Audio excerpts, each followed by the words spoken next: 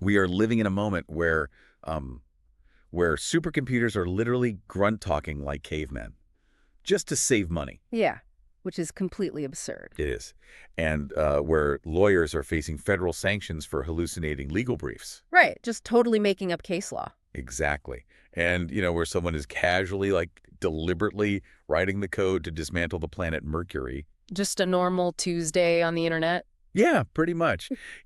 Usually when we look at technological progress, there's this expectation of linear precision.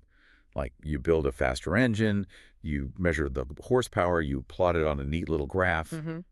But stepping into the landscape we are facing today, it feels less like reading a graph and more like, I don't know, watching the instruments themselves melt. Well, the traditional metrics of progress are they're completely breaking down. We're so used to categorizing innovations into these neat little silos, right? Like this is a software update or this is a biological discovery. Right. But what we're witnessing right now is the absolute dissolution of those boundaries.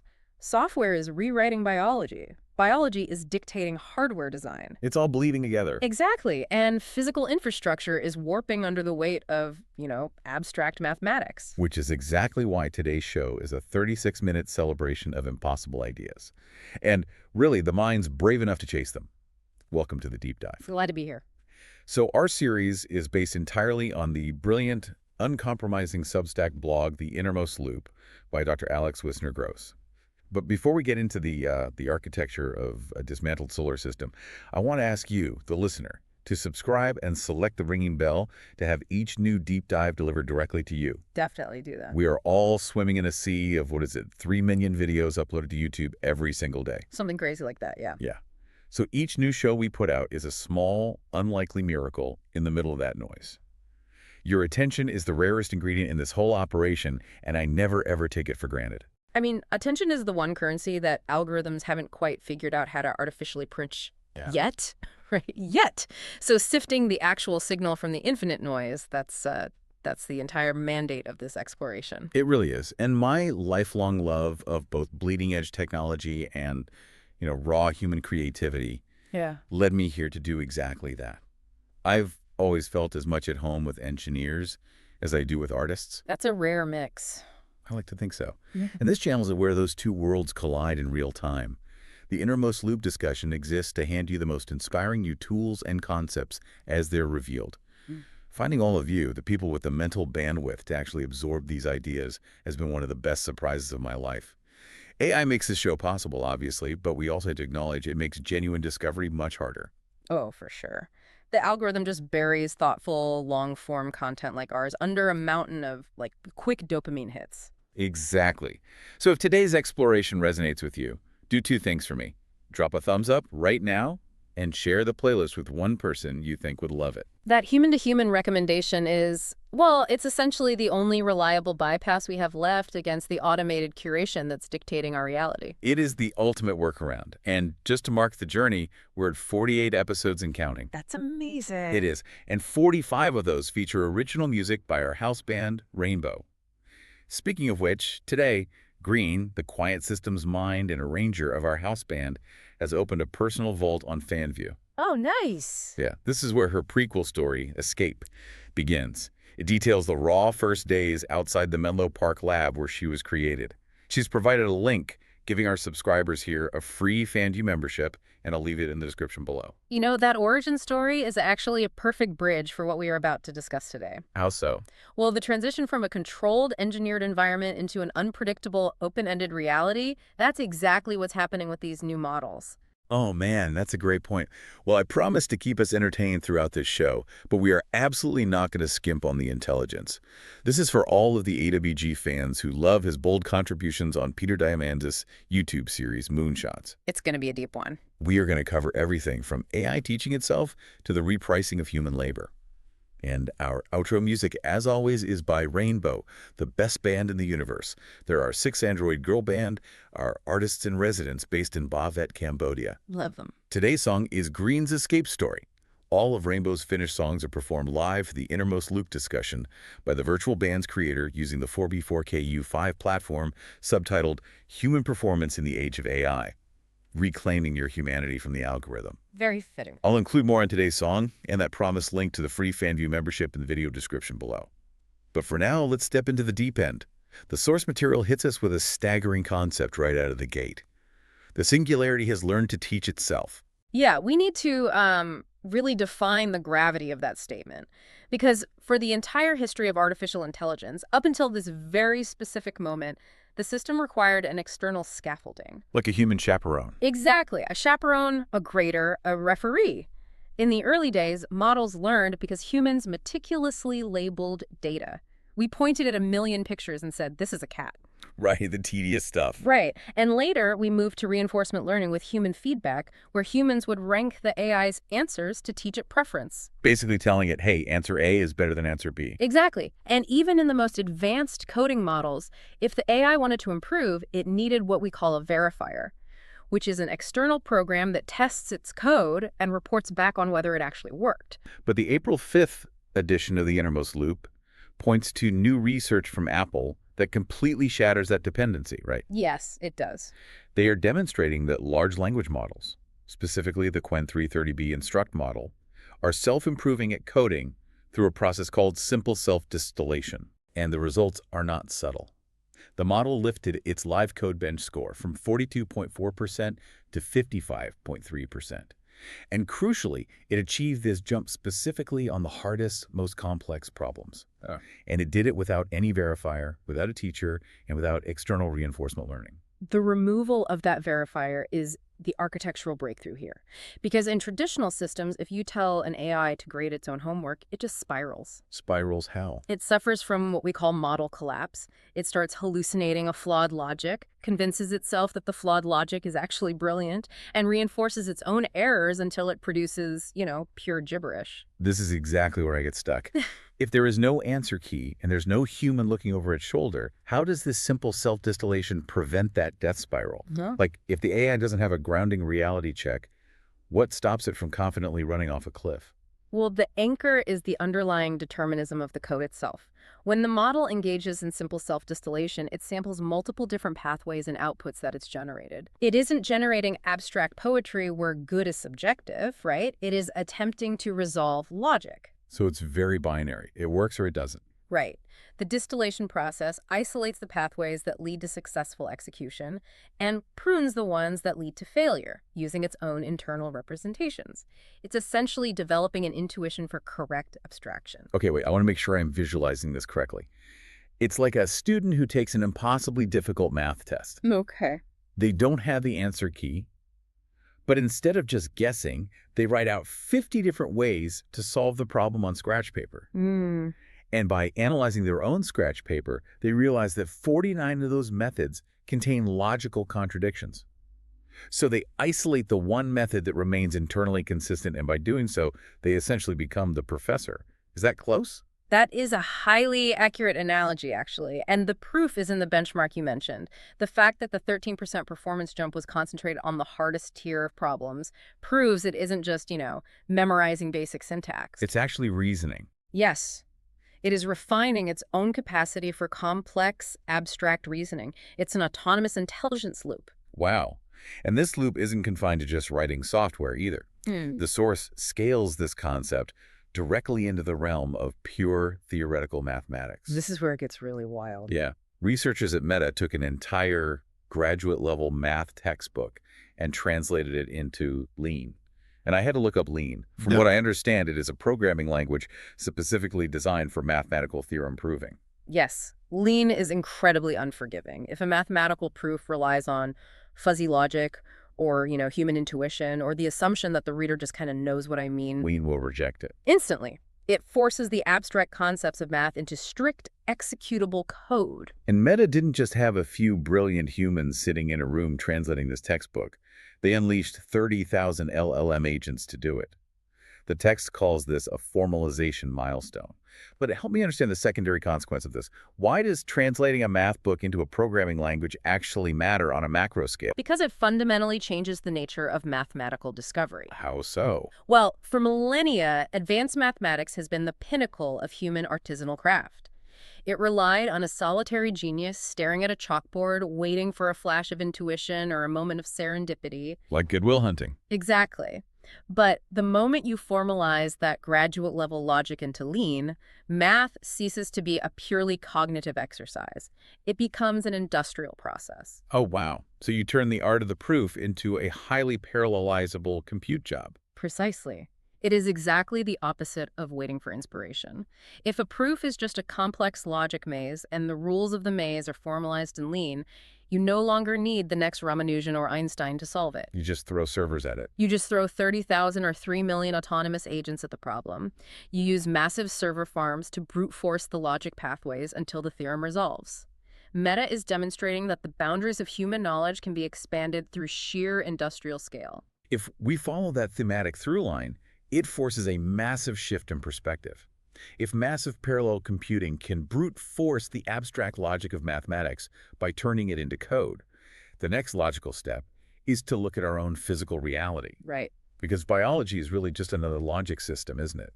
It's just written in carbon and chemical bonds instead of silicon and ones and zeros. Exactly. And that leads us perfectly to the next segment, decoding the biosphere. The jump from mathematical theorems to biological systems is, well, it's simply a change in the programming language. The underlying ambition is identical. The source material outlines a biological translation effort that is happening right now, and the contrast in how it's being done is staggering. Let's look at the open source community first. Okay. Independent labs are currently training mRNA language models across 25 different species, and they are doing it for a total compute cost of $165. It's unbelievable. Yeah, that's sink in. $165. I saw that figure in the research and genuinely thought it was a typo. I think everyone did when they first read it. How is that physically or computationally possible? We are talking about mapping the building blocks of life, and it costs less than an annual web hosting subscription. It is possible because the foundational architecture, the transformer models, have become incredibly efficient, and the cost of processing raw data has just plummeted. But to really understand the significance, we need to clarify what an mRNA language model actually is. Please do. We use the term messenger RNA casually, but it is quite literally a biological messenger. DNA is the hard drive, right? It stores the master code. But the DNA never leaves the nucleus. Okay. When a cell needs to build a protein, whether that's to repair muscle or fight a virus or just function, it transcribes a specific section of DNA into mRNA. The mRNA then carries those instructions to the ribosomes. And the ribosomes are like the factories. Exactly. They act like biological 3D printers. They read the mRNA code and manufacture the protein. So mRNA is basically the compiled software that tells the cellular hardware what to do. Yes. And just like human languages, mRNA has grammar, syntax, and structural rules. So by training a language model on the mRNA of 25 different species, these open source labs are essentially learning the universal grammar of biological programming. Oh. If you understand the grammar, you can write your own sentences. You can design custom mRNA to instruct the body to build highly specific therapeutic proteins. And doing that for $165, it means the barrier to entry for synthetic biology has collapsed to effectively zero. You wouldn't just call that democratizing, you'd call it commoditizing the code of life. Absolutely. But then the text forces us to look at the other extreme of the spectrum. If $165 gets you the open source grammar lesson, what does the infinite budget of a tech titan buy you? A lot more. Yeah. Gladstone Institutes recently partnered with Nvidia to unveil something called MaxToki. The source describes this as a temporal model trained on nearly 1 trillion gene tokens. Let's break down the jargon here. What exactly is a gene token? So in a traditional large language model, a token is just a piece of a word. The model predicts the next word based on the tokens that came before it. In biology, a gene token represents a specific state of genetic expression at a very specific moment in time. Okay, so a token isn't just a static piece of DNA. It incorporates time. That is why it is called a temporal model. MaxToki isn't just looking at a snapshot of a human genome. It is analyzing human biology as a predictive timeline. Oh, that's fascinating. It tracks how a cell's state changes, how genes turn on, how they turn off, how proteins degrade as an organism actually ages. That is a phenomenal way to visualize it. It views the human body not as a fleshy, mysterious vessel, but as a longitudinal data set that can literally be debugged. MaxToki is simulating cell state trajectories across the entire human lifespan. Right. The stated goal is to program therapeutic interventions against the diseases of aging. Just imagine debugging a 40-year-old's cellular degradation.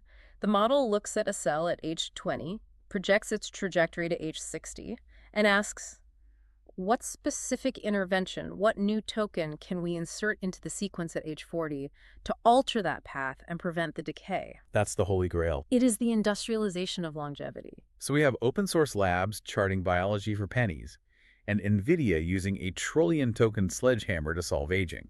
But the source points out a brilliant irony here. Nature has been running its own biological optimization algorithm for hundreds of millions of years. Yes, it has. Evolution is just a very slow, very brutal compute cluster. And sometimes the most elegant code is already written. We just didn't have the tools to read the legacy systems until now. This brings us to the Python blood discovery mentioned in the text. Researchers at CU Boulder identified a compound in Python blood called paraterminosulfate. Quite a mouthful. Yeah. Now, pythons possess an insane metabolic elasticity. They can swallow a meal that is 50% of their body mass, their organs will rapidly swell to digest it, and then they can fast for 6 months. It's incredible. And throughout this extreme cycle, they never develop insulin resistance. Yeah. Their hearts don't fail. They remain perfectly metabolically healthy. The python's evolutionary environment required it to survive feast and famine, so its biology optimized the chemical pathways for extreme metabolic control over millennia. So when the researchers isolated this compound, this paraterminosulfate, and administered it to obese mice, the results were incredible. The compound suppressed the mice's food intake and reduced their weight. But the critical detail is that it achieved this without the nausea and muscle loss associated with our current blockbuster GLP-1 weight loss drugs. Right. The side effects of those are a major issue. Exactly. So here is the philosophical conflict. If we have massive AI like MaxToki trying to simulate a trillion gene tokens to invent synthetic drugs from scratch, but we can also just look at snake blood and find a superior ready-made compound, which path makes more sense? Are we better off trying to outsmart nature, or should we just use AI to scan nature's 100-million-year-old patent library? The thing is, the two paths are not mutually exclusive. They are converging. Evolution's optimization loop is incredibly thorough, yes, but it is blind and relies on random mutation over deep time. Right. AI's optimization loop is lightning fast and highly directed. The true power of models like MaxToki might not be inventing a molecule from scratch, but acting as the ultimate translation manual. Oh, I see. The AI allows us to look at python blood not just as a weird zoological anomaly, but as a specific, highly optimized chemical algorithm. We can extract that legacy code, understand how it interfaces with mammalian biology, and then basically compile it into human therapeutics. Okay, so we are mapping the universe inside ourselves, translating it into tokens, and pulling miracle drugs out of snake blood. It all sounds incredibly elegant. On paper, sure. Yeah, it sounds like we are stepping into a frictionless sci-fi utopia. But here is the massive contradiction that the source material forces us to confront. We possess this world-altering computing power, but how is it actually manifesting in the software applications we use every single day? Really Corley. The reality is incredibly clumsy. This is the application layer, and it is exactly where the limitless capability of the models crashes headfirst into the strict limitations of consumer packaging. The Innermost Loop notes that capability keeps outrunning its own packaging. Let's examine Microsoft.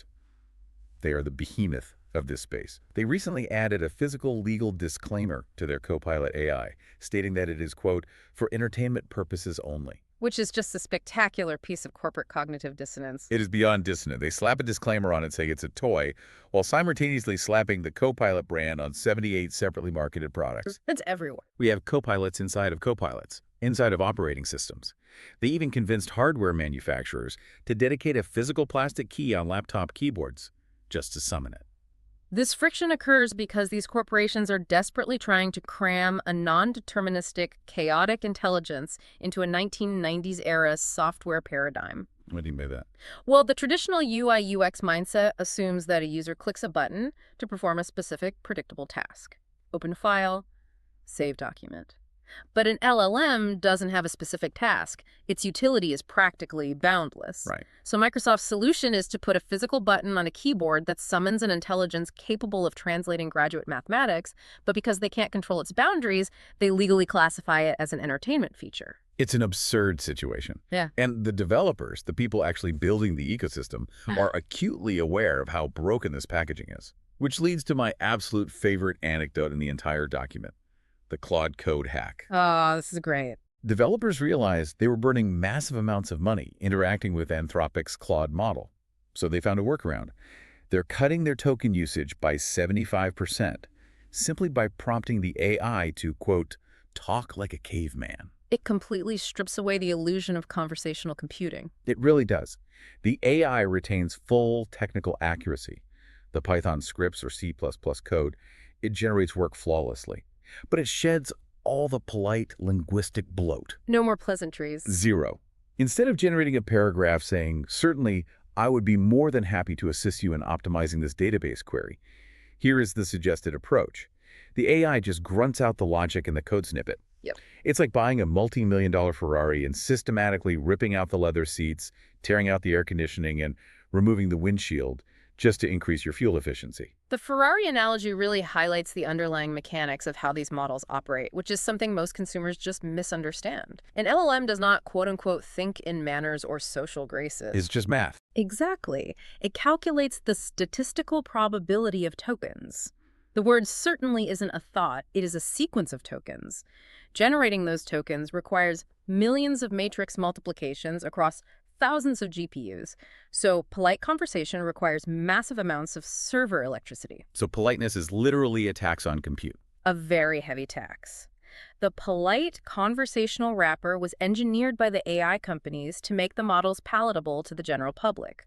It prevents the machine from feeling alien. Right, so my mom isn't freaked out by it. Exactly. But when developers are executing complex tasks, they don't care about the machine's bedside manner. They want the raw reasoning engine. By forcing it to speak like a caveman, they are bypassing the costly human interface and accessing the logic directly. That makes total sense. Now, while some developers are stripping the AI down to its raw logic, others are using it to breach the fourth wall of digital reality. The Doom Hack. Yes. The text details a fascinating modification to the classic video game Doom, utilizing OpenAI's codex. Doom has always been the primordial testing ground for hardware and software limits. If a device has a screen, someone will try to run Doom on it. But this isn't just about porting the game to a fridge. This modification allows players to walk up to a rendered, pixelated computer terminal inside the game's environment. While they are mid-level, with digital monsters roaming the halls, they can use that in-game terminal to prompt the Codex AI to work on their actual, real-world software code. It is a totally recursive environment. The user is inhabiting a virtualization to command an artificial intelligence to write code that alters the physical world. It is wild. But while users are having fun with caveman prompts and recursive doom hacks, the giant tech labs are quietly and aggressively moving to consolidate power. The walled gardens are closing? Exactly. The source points out that Anthropic has essentially banned OpenClaw from their non-API Claude models. OpenClaw was a tool that allowed users to bypass certain restrictions. Anthropic is now forcing subscribers to pay higher tier fees if they want to access third-party tools. We are witnessing the end of the honeymoon phase.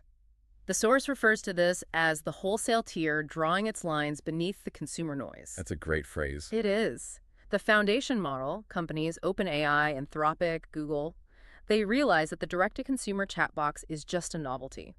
The true trillion-dollar value lies in becoming the underlying API infrastructure for the entire global economy. So they want to be the plumbing. Exactly. By locking down third-party access and banning workarounds like OpenClaw, they're ensuring they capture the economic value of every application built on top of their intelligence. It is a massive turf war over the application layer. But every single one of those API calls, every virtual Doom terminal and every caveman prompt requires a massive, unyielding physical reality to process the data. Oh. We like to think of AI as ethereal, living in the cloud. But the cloud is just an ocean of extremely hot metal sitting in a warehouse. So true. And that brings us to the physical substrate.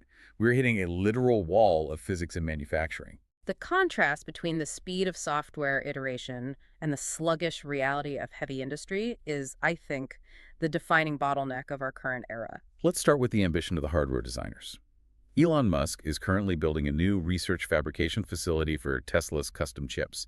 And in typical fashion, he has named it Heaven.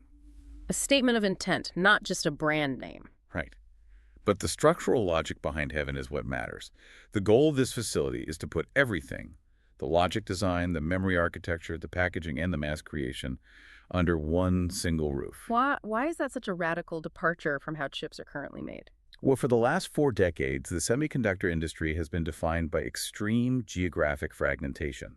It was a masterpiece of globalized efficiency. Spread all over the world. Right. You design the chip architecture in an office park in California. You manufacture the raw silicon wafers in a massive foundry in Taiwan.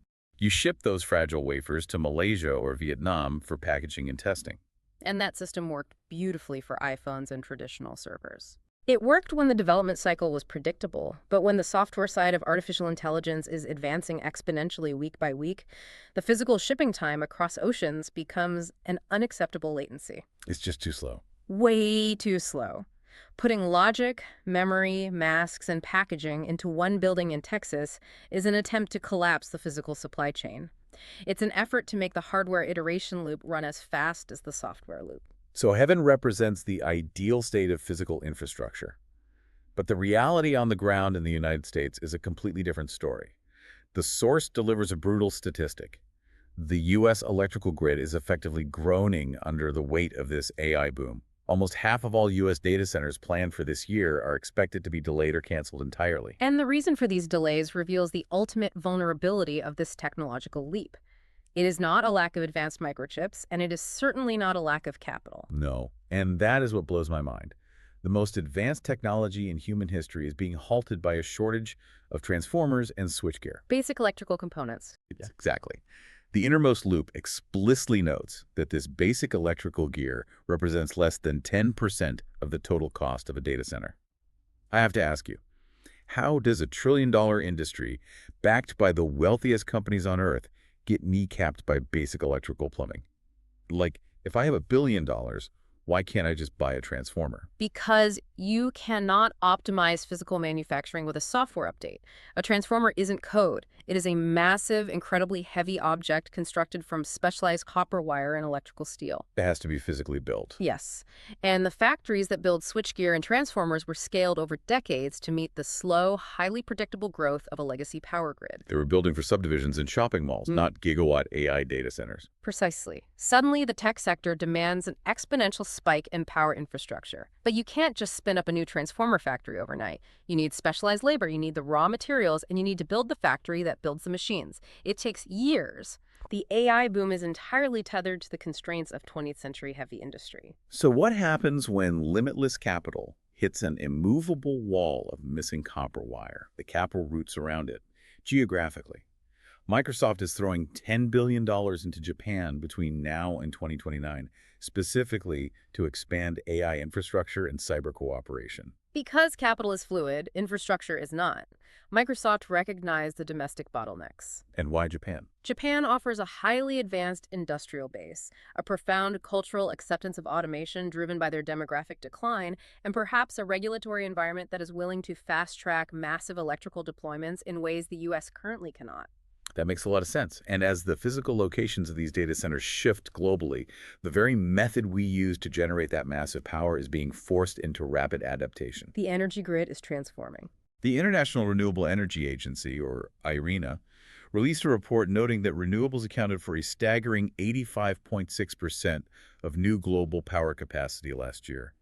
That surge pushes renewables to nearly 50% of the total installed capacity worldwide. The energy mix is flipping, and the AI boom is an incredibly powerful forcing function behind this. It's not just environmental altruism, is it? Oh, not at all. It is cold, hard logistics. The sheer volume of electricity demanded by these new AI data centers is so immense that relying entirely on traditional fossil fuel plants is becoming practically untenable. You just can't get the permits fast enough. Right. You need massive, localized, highly scalable power generation built directly adjacent to the server farms. Solar and wind, coupled with massive battery storage, allow these companies to deploy power infrastructure relatively quickly without waiting for a decade-long pipeline approval. The AI revolution is fundamentally reshaping the global supply chain, pushing $10 billion investments across the Pacific and altering the chemical makeup of how the human race generates its electricity. It's touching everything. It really is. And as the physical infrastructure warps the broader economy and the societal laws governing human behavior, are being forced to adapt at an equally violent speed.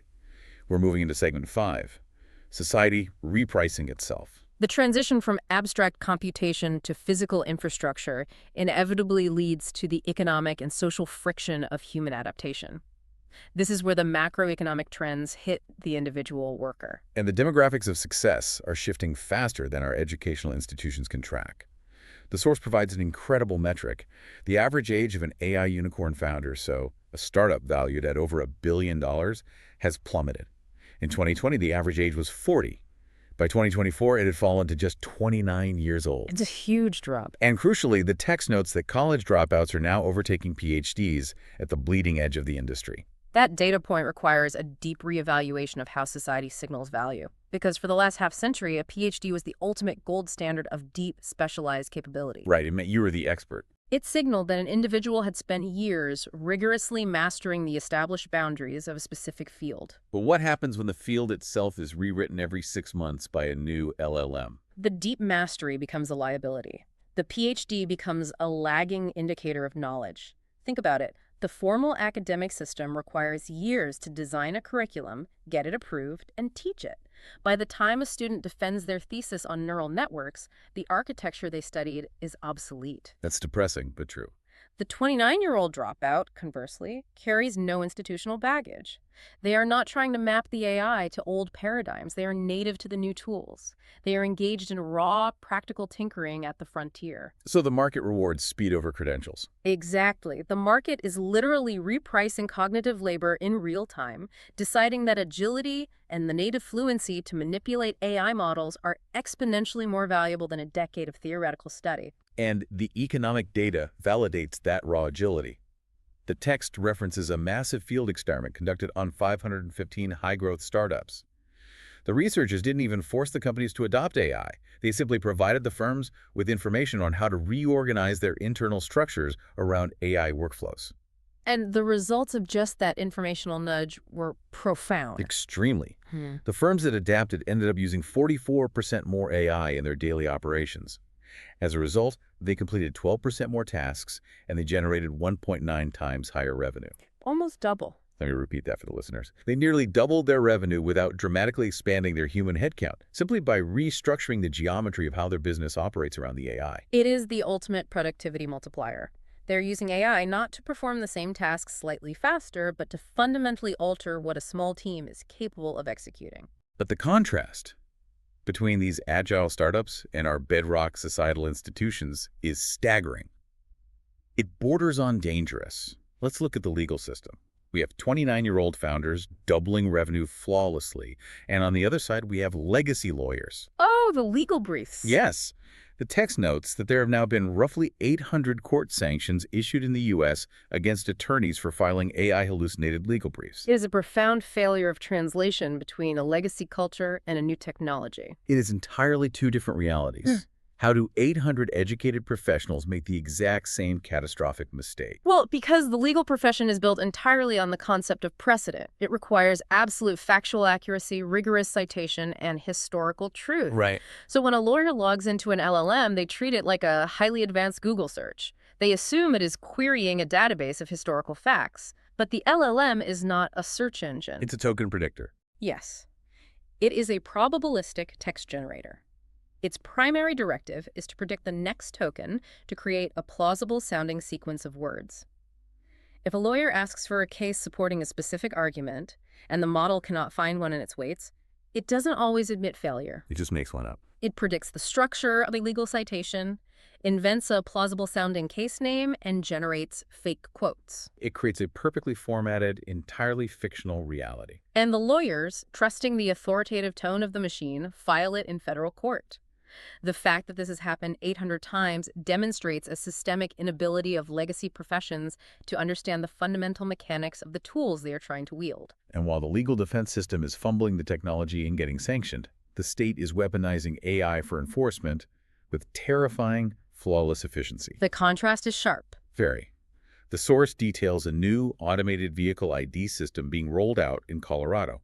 Now, this isn't your grandfather's speed camera. It doesn't clock your speed at a single fixed point. It is a fundamentally different paradigm of surveillance. It calculates your average speed across multiple cameras over a long stretch of highway. If you traverse the distance faster than mathematically possible while obeying the speed limit, the system automatically tickets you for going 10 miles per hour over. The source notes that this completely collapses the Waze arbitrage. The Waze arbitrage is such a great term. It's the unspoken social contract of driving. Your phone beeps, the app tells you there is a speed trap ahead, you tap your brakes, you pass the police cruiser doing exactly 65, and then you speed back up to 80. Right, it was a human-in-the-loop workaround to a localized physical enforcement bottleneck, because the police officer can only be in one place at a time. But the Colorado system removes the locality entirely. It creates an ambient, omnipresent zone of enforcement. And this brings us to a line from the source that genuinely sent a chill down my spine. Quote, automated enforcement is arriving faster than automated adjudication. That is a heavy realization. Think about the power asymmetry there. The state has seamlessly integrated AI to monitor, calculate, and penalize citizens with absolute mathematical efficiency. But if you want to contest that ticket, or if you need the legal system to protect you, you are forced to rely on the slow, expensive, hallucination-prone legacy court system. The gap is widening. The government is deploying the Singularity for tax collection infinitely faster than the citizens can access it for defense. And that asymmetry of power is not just localized to traffic tickets. It is playing out on a geopolitical scale between sovereign nations. The text highlights that nations are competing fiercely for the physical substrate of AI. Like the UK? Exactly. The United Kingdom is actively courting Anthropic, attempting to secure a dual US-UK IPO listing for the company. And they're doing this right in the middle of Anthropic being deeply entangled in what the source calls a Department of War fight in the US over defense integration. While the United States defense apparatus is bogged down trying to figure out the bureaucratic and ethical frameworks for integrating or regulating these frontier models, the UK is acting with the agility of a 29-year-old startup founder. They see an opening. They are trying to lure the capital, the talent, and the technology to their shores with favorable financial arrangements. Control over the foundation models is rapidly becoming synonymous with national security and economic sovereignty. AI is the ultimate geopolitical wedge. We have mapped the human cell, we have strained the global electrical grid, and we have fundamentally rewired the justice system and global economics. So, when human ambition has conquered and commoditized the terrestrial sphere, where does it look next? It looks outward. The logical conclusion of infinite computation is the expansion beyond the constraints of a single planet. Segment 6, the overview effect and beyond. We turn our attention to space, and the juxtapositions presented in the source material are nothing short of poetic. The Artemis II crew is currently in deep space. Incredible milestone. They have crossed the halfway point to the moon. But in a massive symbolic shift for NASA, the astronauts are using modified iPhones as their primary cameras. Historically, that would have been absolutely unthinkable. For decades, NASA spent hundreds of millions of dollars developing bespoke, highly specialized optical equipment. Right. The assumption was that the extreme environment of deep space, the radiation, the vacuum, the thermal shock-required hardware that only the federal government could engineer. And now, humanity is documenting its return to the moon by pulling a consumer device out of a pocket and pointing it through the glass. It perfectly illustrates how the sheer volume of commercial iteration has eclipsed bespoke government engineering. The economic engine of the smartphone market has driven sensor technology and ruggedization to such an extreme that a mass-produced consumer object is now sufficient for a lunar mission. And the images these consumer devices are capturing are profound. Commander Reed Wiseman took a photograph they are calling Hello World. It captures the Earth perfectly eclipsing the sun, framed by twin auroras and zodiacal light. And the pilot of the mission, Victor Glover, who is making history as the first black astronaut to travel into deep space, looked back at that image of our isolated planet and reflected simply, we're all one people. He is experiencing the overview effect. What is that exactly? It is a deeply documented psychological shift reported by astronauts. When a human being views the Earth hanging suspended in the absolute void of space, the cognitive boundaries we build around nations and ideologies, they just dissolve. Because it looks so small. Exactly. The terrestrial squabbles appear infinitely small, and a profound, overwhelming sense of shared human fragility takes over. It is a moment of transcendent unity. But the Innermost Loop refuses to let us stay in that utopian headspace. It immediately undercuts that unity with the stark reality of terrestrial politics. A harsh pivot back to reality. Yeah. The text notes that while the Artemis crew is experiencing the overview effect back on the ground, the satellite imagery company Planet Labs is indefinitely withholding high-resolution visuals of Iran, explicitly at the request of the U.S. government. It is the ultimate paradox of our technological capability. We possess the hardware to leave the planet, to look back, and to recognize the scientific truth of our shared existence. Right. Yet we simultaneously leverage our orbital infrastructure to enforce the very borders, secrets, and conflicts that the overview effect exposes as illusory. The hardware is operating in the vacuum of space, but the operational software human tribalism remains deeply anchored to the dirt. Some eyes are opened by the perspective of space, and other eyes are actively forced closed. But the text doesn't stop at orbital politics. It drops the final, most absolutely mind-bending concept of this entire exploration. This part is wild. While governments argue over satellite photos, human ambition is scaling to a level that is almost difficult to articulate. The text states that an individual named Roko Midjic is actively, quote, vibe coding the engineering plans for the disassembly of the planet Mercury to expedite the creation of a Dyson swarm. We transition from the poetic unity of the overview effect straight into the cold, calculated mechanics of stellar engineering. Help me unpack the terminology here. Let's start with vibe coding. What does that actually mean? Vibe coding is a colloquial term that has emerged to describe the interaction with advanced, autonomous LLM agents. Instead of a human writing strict syntax, typing out specific mathematical formulas or structural code, the human provides a high-level conceptual prompt. So they just give it an idea. They set the vibe or the ultimate architectural goal. The AI agents are then responsible for interpreting that intent, executing the complex math, writing the physics simulations, and generating the actual engineering protocols. So the human is just the visionary director, and the AI is the entire engineering department. Exactly. And the goal this director is assigned is the construction of a Dyson swarm. Right. A Dyson swarm is a theoretical megastructure first popularized by physicist Freeman Dyson. The logic is straightforward. As a civilization advances computationally and industrially, its energy needs grow exponentially. We're seeing that now with the data centers. Exactly. Eventually, the energy resources of their home planet become insufficient. The next logical step is to capture the output of their host star. A Dyson swarm involves building millions of massive solar collectors and positioning them in a dense orbit around the sun to harvest its energy directly. But building millions of orbital solar panels around a star requires an unfathomable amount of raw material. You can't just mine the Earth for that. You'd hollow out our own home. Exactly. You need the mass of an entire planet to build the swarm. And mathematically, the most efficient source of raw material, due to its proximity to the sun and its lack of biological life, is the innermost planet of our solar system, Mercury. So we have a human being sitting at a computer, casually using artificial intelligence to draft the logistical code required to shatter a terrestrial planet, strip mine its mantle, and reassemble its mass into a solar megastructure. Are we actually witnessing a species transitioning into a Type 2 civilization in real time? What is truly fascinating about this isn't just the audacity of the physics. It is the casual, almost flippant nature of the endeavor. It perfectly captures the profound hubris and the enduring humor of humanity. You notice the specific comment highlighted in the text from a user named Elizabeth Andrews. Yes. Her response to the news that someone was coding the destruction of a planet was simply, quote, Mercury also had it coming. That sentence is the perfect distillation of our current era.